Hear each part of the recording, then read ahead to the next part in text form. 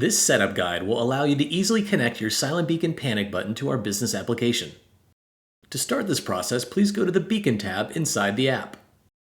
Step 1. Charge the beacon. As the prompt on the screen will explain, you need to charge your Silent Beacon fully before using it. Charging should take about 2 hours. Step 2. Turn on the beacon. On the right side of the beacon is a secondary button which has a smooth surface. Hold this button down for about 3 seconds to turn on the beacon. Step 3. Connect your beacon. Press the Connect button within the application to begin this pairing process. Once this process has started, it's important that you allow the beacon to fully pair before leaving this screen.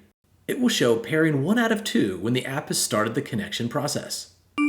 The most important step is making sure you select Pair when this screen pops up. The connection will fail if this step is missed. At any time, you can check the connection by tapping the smooth secondary button. Blue means you're connected. Red means you are not fully paired. That's it! You've successfully paired your Silent Beacon to the phone and application.